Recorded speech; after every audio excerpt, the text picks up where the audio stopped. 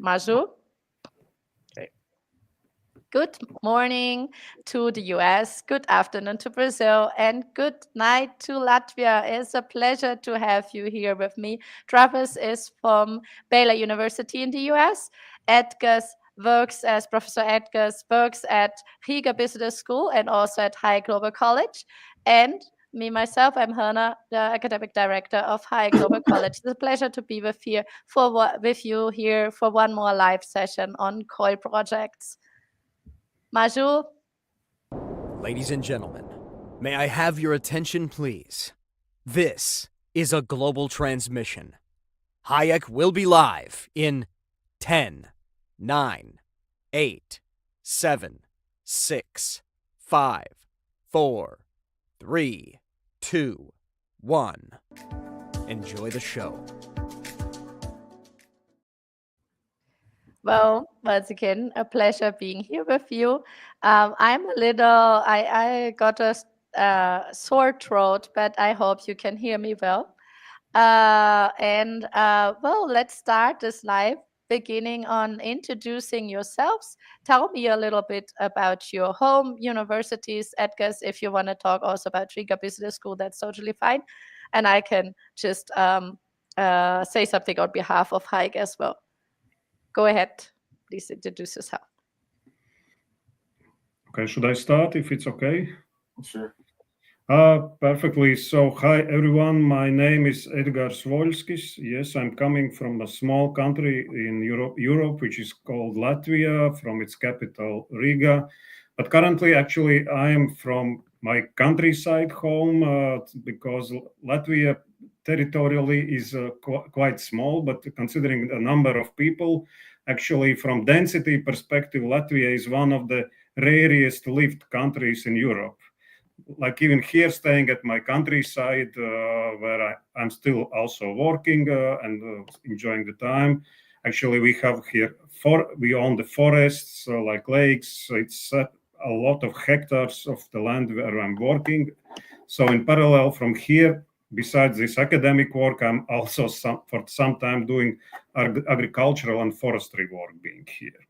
So I'm professor at Riga Business School, which is one of the oldest business schools in the Baltic states. It was established right after Latvia regained its independence back in beginning of 90s, and it's now cooperating with universities in Canada, University of Ottawa, and also University at Buffalo, where I studied as well, and where besides that, I have a doctor degree, and I'm a professional accountant for 30 years. And in University of Buffalo, I studied also computer science. So, and here jointly, by getting this computer science knowledge and accounting background, which is my professional one, I joined the Hayek team, and I'll be working with a Hayek team and delivering financial and managerial accounting classes. But here I have this great opportunity to work together with Travis on this COIL project, to put together communication knowledge and science with economic and accounting science, and give this great opportunity to see how properly to communicate the numbers. And that's, I guess, from one side, it looks easy mission, but when you go into the small details, it looks like a real science adventure. And here I am. So, Edgars. Great. Yeah. So I'm Travis. I'm currently a faculty member at Baylor University, which is a private Christian university in Central Texas in the United States. So we're right in the middle of Texas, kind of in between Dallas and Austin, and some of those major cities there. So it's kind of a nice, moderate-sized town here. But yeah, we have a great school here. Baylor has about 20,000 students, and I currently am a part of the business school at Baylor, which has about 4,000 students. And so my function there is I teach largely business communication to business students.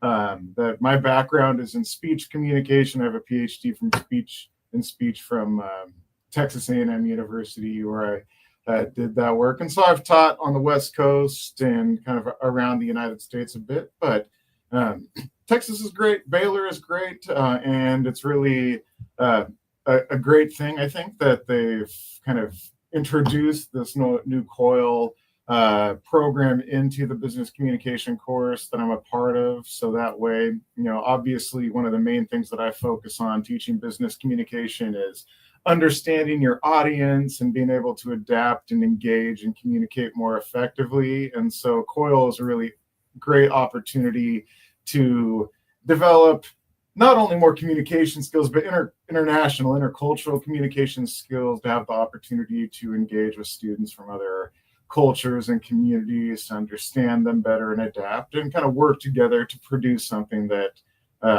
is good both practically and academically in terms of providing those kind of experiences that I think students are going to have in a variety of contexts. So I'm definitely looking forward to it. Amazing. And it's wonderful to have you here with us, from such enriching backgrounds.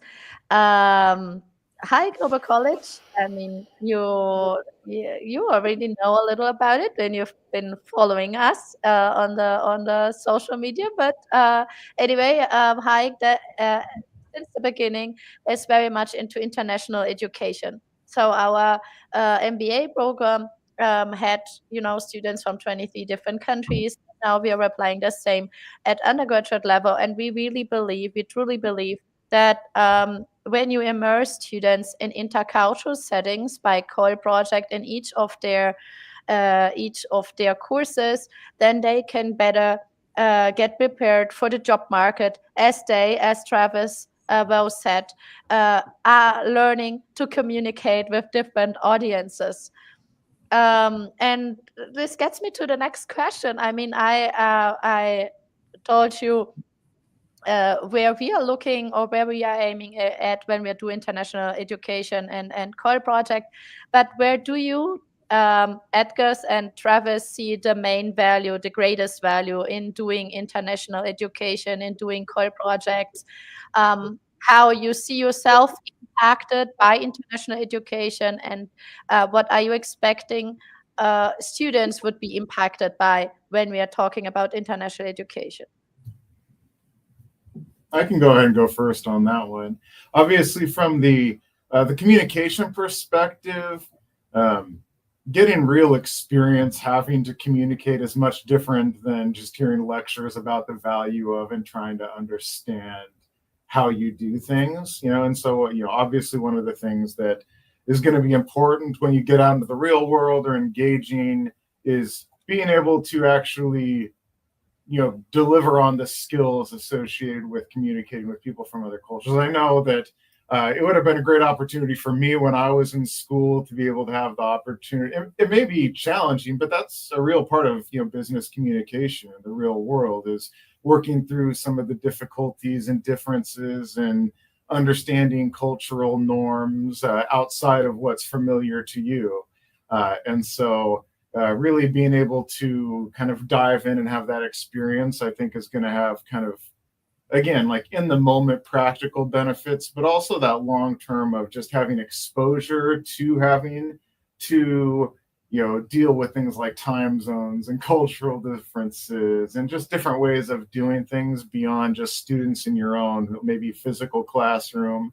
And so I think that there's a lot of practical benefits that can definitely come in handy beyond the classroom, and future jobs as things like video conferencing like we're doing right now is a real part of a lot of industries. And so being comfortable in those environments and making sure that we're communicating clearly and effectively and respectfully and authentically with people from all over the world is only going to get more important in the future. And so I think this is really going to provide an opportunity to practice some of that. Okay, if I may continue what Travis have been telling, and really this does inspire. But I would like to start with a phrase which comes on my mind. And I remember when I came to the first accounting class, my professor was saying that, the key benefit from accounting is that in your life, numbers speak by themselves. Which means actually this COIL project would give great opportunity for students to, the first what Travis told, to understand the numbers. When you open these annual reports, financial statements, you have so many numbers. but then you have to interpret them. But then you have somehow to communicate, in one sentence, in one paragraph, on, I don't know, on one A4 pager. And then really the number speaks to themselves. And it is very, very important to communicate to the different cultures, to different types of people, to different level of people, certain numbers, to understand the performance of the companies, to understand the performance of the countries sometimes, large corporations, small companies. And it is very important that the right message through the numbers are delivered to the right stakeholders. I want to emphasize the right message is delivered. Yeah, sometimes the message cannot be the positive one. Yeah, but you have to find the right words how to deliver it. People still feel, that okay, numbers are speaking themselves, whatever message is, but numbers are talking about themselves. And this project is a great opportunity for students to understand the numbers, to interpret the numbers, and be able to communicate these numbers from financial statements. And I think that, this knowledge that will deliver both together with Travis will be great, great benefit for their future careers, for the students wherever they go, in whatever institution or company or organization do they work in the future. That's on my side. Yeah, and I think, amazing that you're putting that so clearly that sometimes people are afraid of numbers, or they are like overwhelmed by so many numbers, but they need to understand them in order to take decisions, and maybe they need to understand them in order to communicate themselves within teams when they're working in a company where you have different stakeholders or different cultures. Where we are talking about maybe a company that is multicultural, and then how would you communicate, let's say, about the numbers in Mexico, in the US, in Latvia, in Germany, in Brazil? Probably different ways of communicating that are well received or not so much well received, right? Absolutely. Yeah, go ahead, please, if you want to add to that. No, there is another sentence which I like the quotes from the professors, and sometimes I have a book where I put the quotes from the professors I have had. I started with one, and I remember another one. It's sometimes, when you start communicating the numbers, then you want to look a bit smart, and then you try explain with the smart words, and then the other people are listening and they don't understand what we are talking about. And then my professor told, I remember I had a class on valuation, and we had to present the valuation results of the companies. And I was trying to explain with the smart words, and he told, slow down, Edgars. Now I want that you dedicate next 3 minutes and explain me this like you would be explaining to your grandmother. If she would understand this, then this is the right way how you communicate the results of your work. So therefore, you have to learn how to communicate in this simple language, but not simple, but from understanding that people understand what we are talking about. Yeah, just to kind of jump in there, I think that one of the things that we often focus on in business communication is when we're sending a message, there's the content dimension and there's the relational dimension. And so the numbers are there, but the numbers aren't our audience. Our audience are people that we need to understand and adapt. And so, you're not talking at people, you're talking to people. And so as a result, while the numbers may say the same, learning these kind of skills is a really good way to take the consistent content and make it so, your second grader and your grandmother and college students and professionals, at upper level executives at in a business can all understand it based on their experiences, their background, and things like that. And so, the more opportunities, even beyond COIL, you have to practice speaking to different people and getting used to how your message should change, with everybody that you're communicating, is a really valuable skill. I think just kind of I like that kind of quote, the idea of trying to talk to your grandmother, like how would she understand it? Because that is different than like talking to a professor. It might be, unless your grandmother as a professor, I suppose. But yeah, so yeah, you get an opportunity to like get that content, that information, but also that relational interactive dimension too, I think, which is really great. This phrase made it followed me through my undergraduate level as well. The the phrase about the grandmother. You need to understand, you need to know how to communicate to her. But when we then get more into the COIL project by itself or the international experience, so you've talked about accounting and you've talked about communication, but would you say is like a plus when we do that in a COIL project, and in your case maybe also in a transdisciplinary kind of way, because we have here Edgar's that's teaching financial accounting, and we have Travis who's teaching business communication. Yeah, so as far as the details of the project itself, I think this is a really great interdisciplinary opportunity to kind of combine two areas. Now, I'm obviously teaching communication within a business environment, which relates pretty closely to kind of the numbers and things. But, for this project themselves, it's going to give the opportunity for the students really to focus on numbers in Edgar's class and kind of do some analysis and all of that.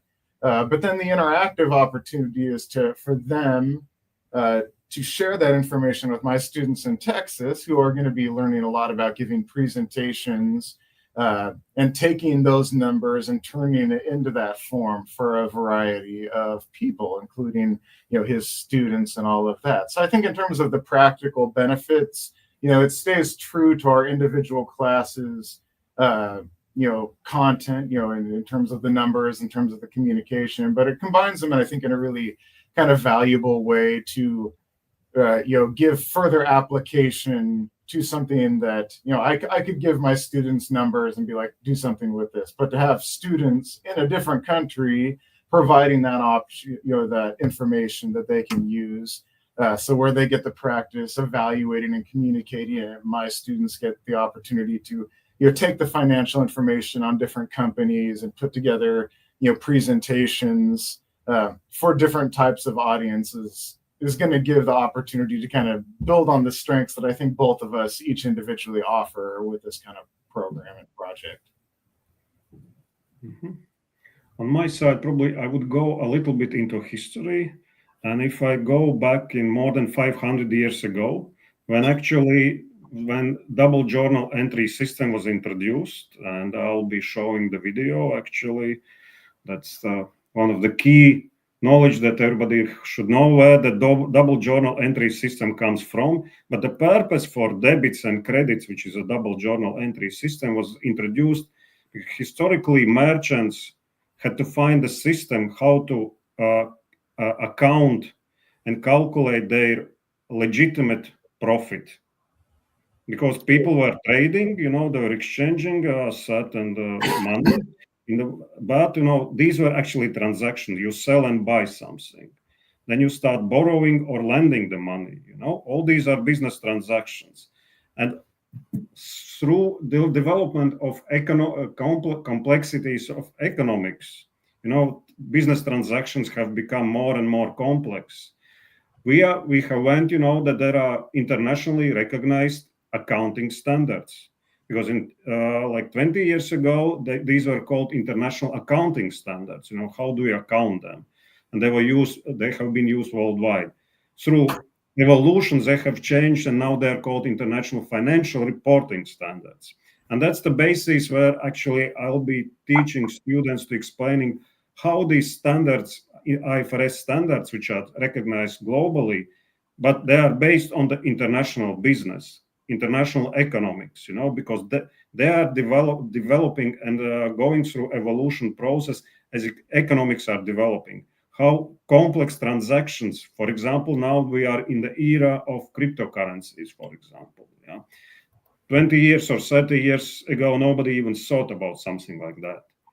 But still you have to account these business transactions, and these standards are following through these, And through this course, of course, we'll go through by understanding business transaction, getting into financial report, IFRS report, and to see what is your legitimate profit like a shareholder. Like you who are investor, when you put the money, €1, 1,000 euros, 1 million US dollars, or whatever currency you invest, there are certain business transactions behind it. How do you get to your legitimate profit? How you recognize? And through this transition, then where the Travis part comes in. Travis part come in is how do you communicate actually this from this process when you invested €1 or $1 or whatever currency, you get to your profit, and like shareholders or investors should understand this. And sometimes through this report, in annual report, you have to communicate and explain. Imagining you are holding, I don't know, 20 shares of Apple Corporation, of course you are expecting what will be profits, what dividends shall I get? And then through reading certain statements which are coming in annual reports, you have to understand, okay, imagining that you are the person who has no any single clue about accounting, who doesn't have any single clue about financial management, economics, but still you have to understand by holding these 20% of shares, what are my profits or what are my dividends, where I can find these numbers, and somebody explained this to me. And this is very important by understanding international business transactions, how they occur globally in digital era today, and then how you communicate these results today. And this is very, very important for each of us.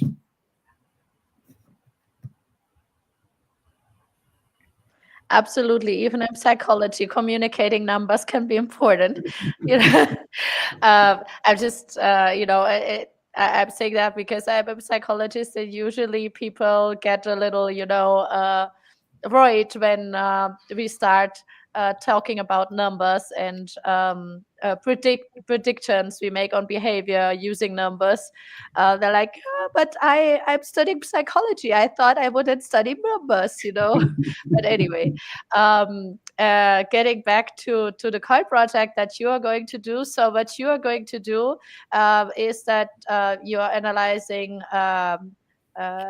financial numbers, and then your students and Texas will communicate about that. Can you get a little bit more in detail so students on both sides can understand what will be the, let's say, the expected skills that they will develop during the project and how they will be working together?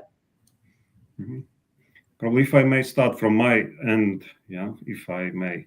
Because the first thing is where we are going through the class is the students have to learn how you get from business transaction, how these numbers get into financial statements. And then have to understand how these 4 sets of financial statements, which is a statement of financial position or balance sheet, then it's a statement of comprehensive income or profit and loss statement, cash flow statement, statement of equity movement statement, and how these 4 statements are interconnected among themselves. Because this is still one company, one organization. And then the next thing is what they have to learn, how to calculate certain ratios, how to analyze these ratios, and what information does this ratio signal or indicate when maybe performance of the company is not good or the performance is brilliant. And it's not just when you are looking on the company that you have to understand, is it profitable or not profitable? Because there are things like equity. We have to understand how stable is equity. This is from shareholders' perspective. Then we have to analyze called solvency.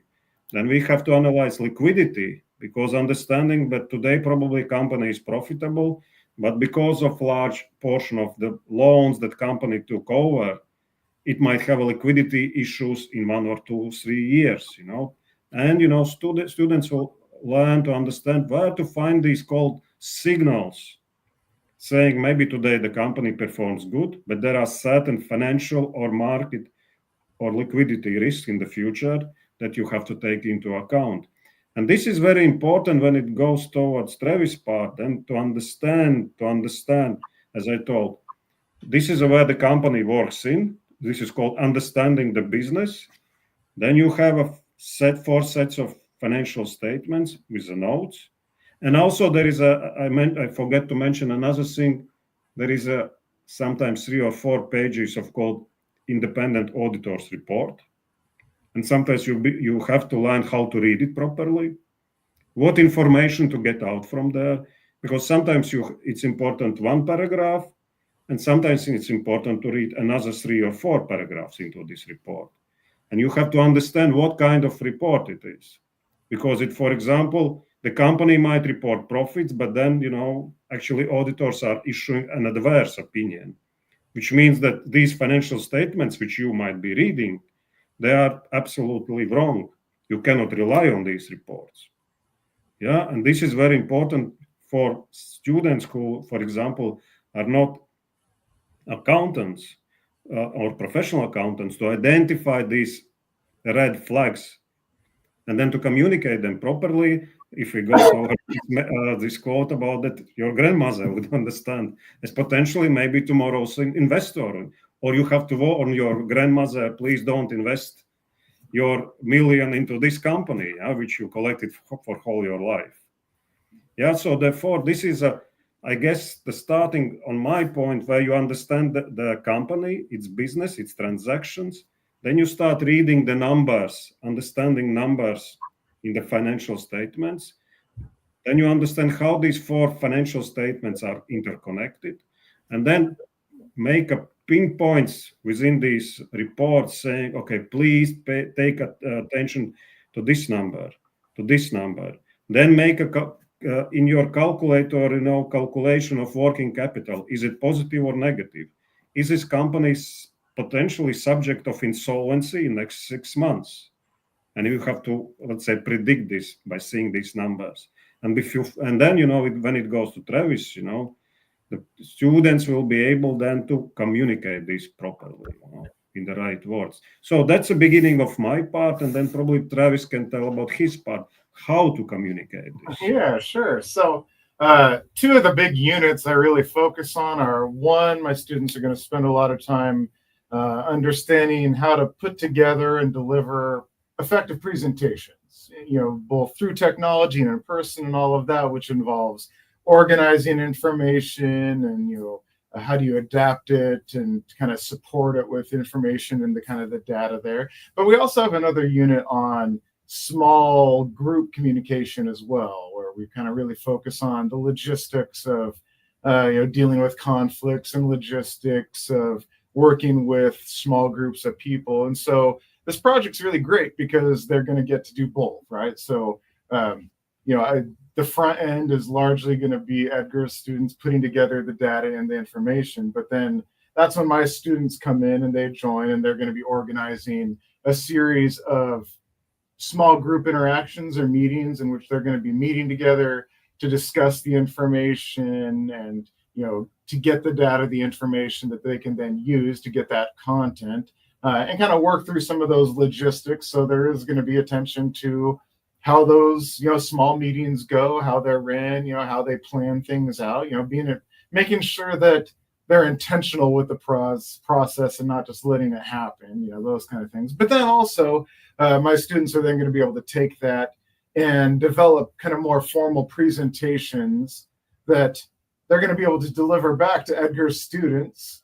So Edgar's students are then going to be able to be recipients of messages using the data and information they provided, so that they can get a chance to be an audience, and can give my students feedback on if they missed the mark or not, with both the information, but also, did it make sense to their culture as well. So, there's a big, heavy focus on the data analysis, but then my side's, okay, let's work through the logistics of the, actually how you put together and organize those small group meetings to get information, how you then can move from that to kind of more formal presentations. Especially, I think it's great. A lot of presentations are like this, that they're online, that they're going to be through video. And so my students will be doing plenty of in-person in the classroom work, but this is going to be another opportunity to make sure that they're comfortable, speaking on camera, because this this is a skill set as well, being able to know how to communicate effectively with a little camera lens and, all of those kind of things as well. So, I'm going to be evaluating their communication in small groups, how well they kind of put together more formal presentations, and, and I'll be looking for the feedback from Edgar students as well, in terms of how well my Texans do with kind of understanding other audiences. And along the way, I'm sure they have a lot of opportunities to get to know about the different backgrounds and cultural curiosities, which brings me almost to a closing question to you two. If there is,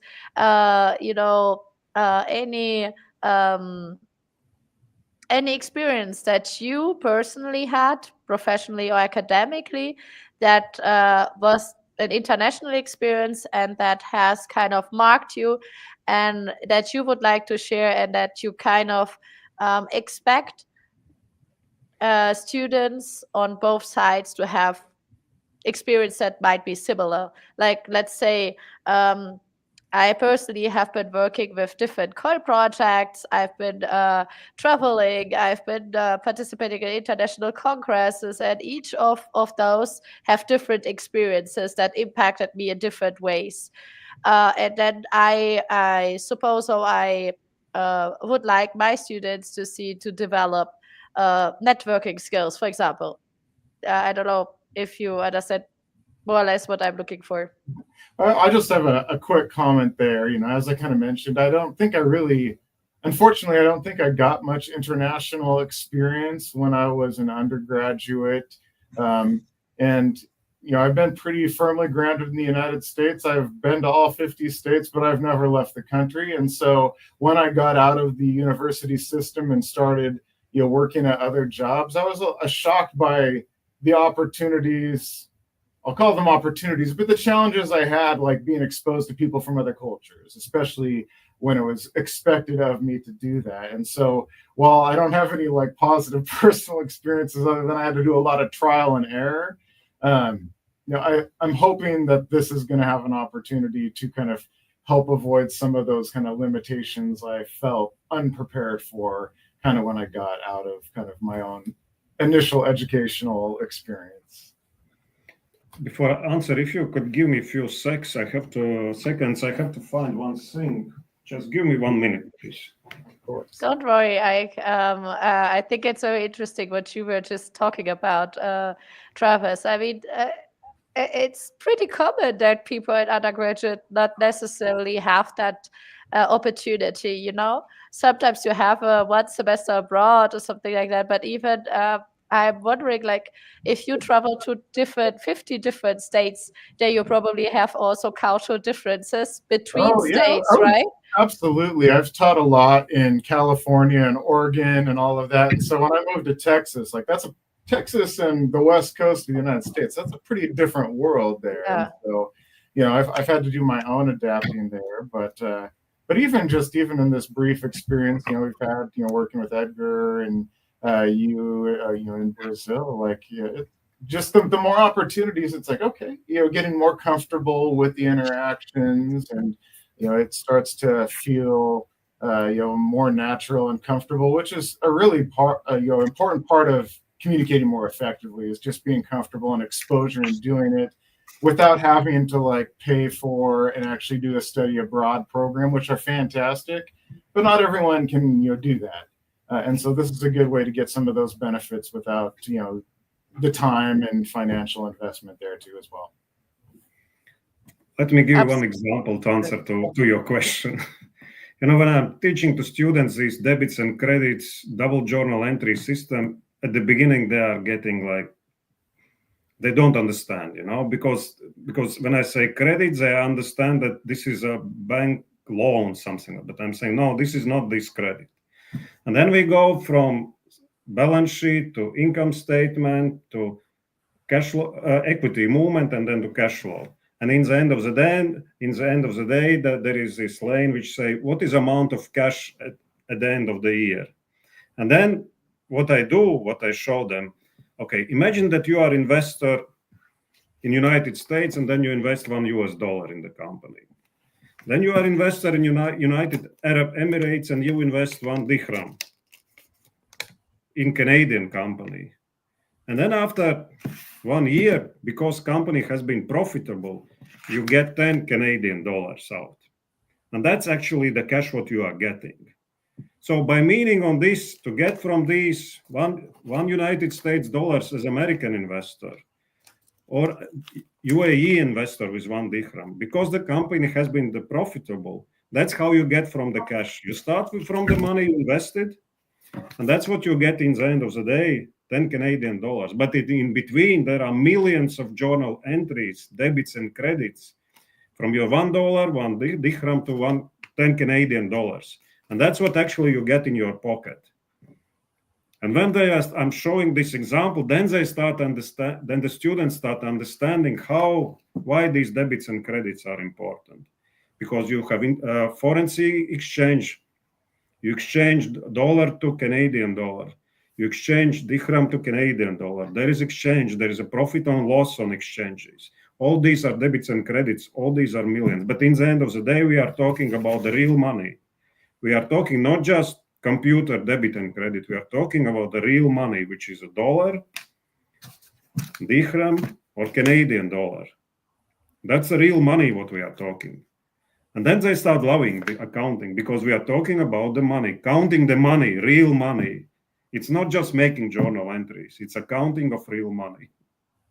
And that's the international experience that I'm having. How international transactions, we are talking about actually real money here.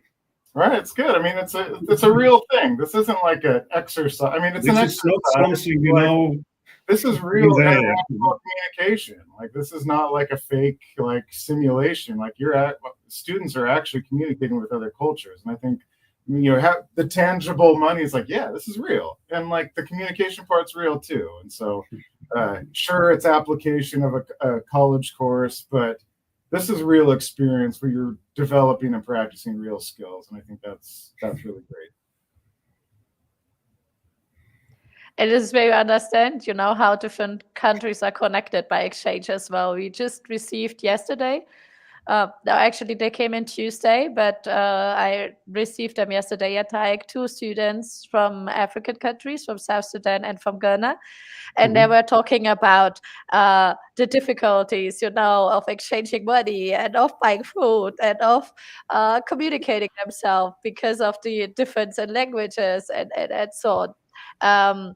So communication is a big part for real life, and exchanging money and doing commerce is another big part of real life, of everyday life of everyone at some point.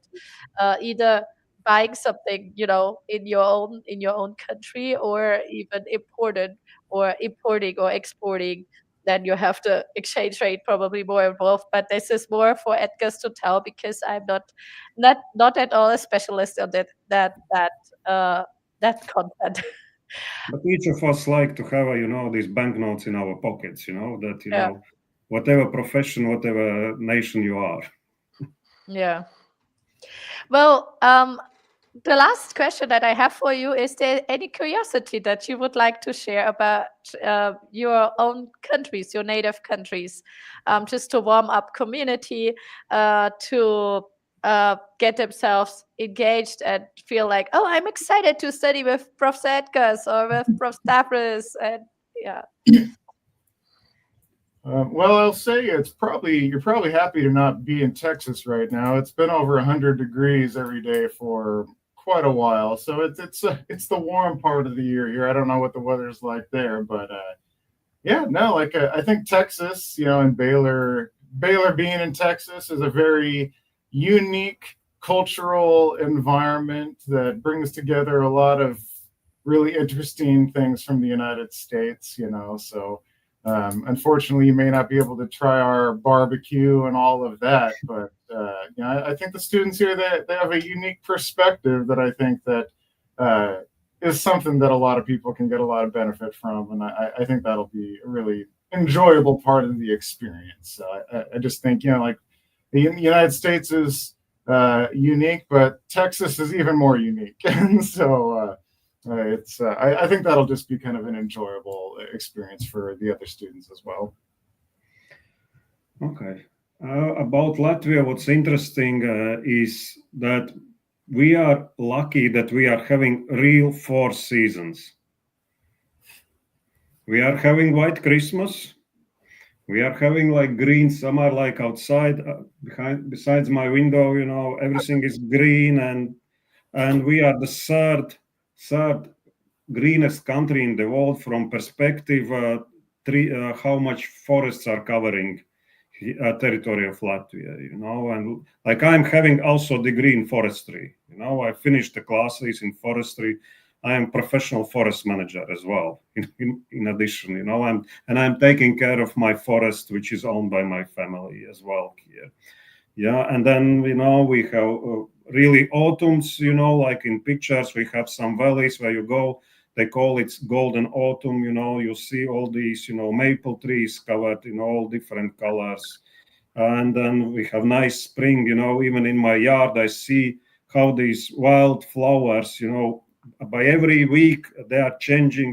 Through these 3 months. And actually, we are lucky that we are having really 4 seasons here. And another interesting small fact about Latvia, which is really confirmed, that actually we are in Latvia, there are in average, the tallest women in the world.